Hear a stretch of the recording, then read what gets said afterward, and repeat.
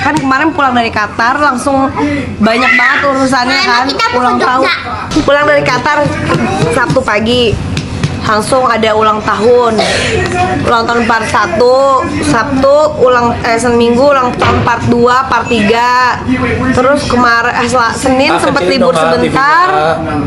Aku sih nggak libur ya. Kecilin TV-nya.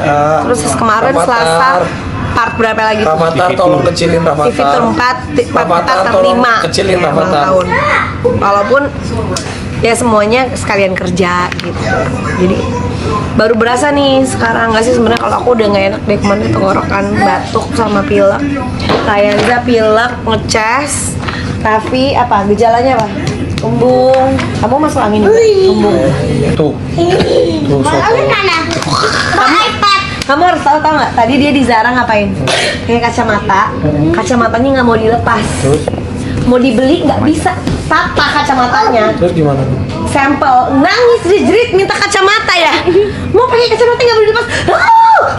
Pakai kacamata. Ketawa lagi. Rusak kacamatanya. Enggak, itu emang kacamata sampel nggak bisa dibeli. Tuh.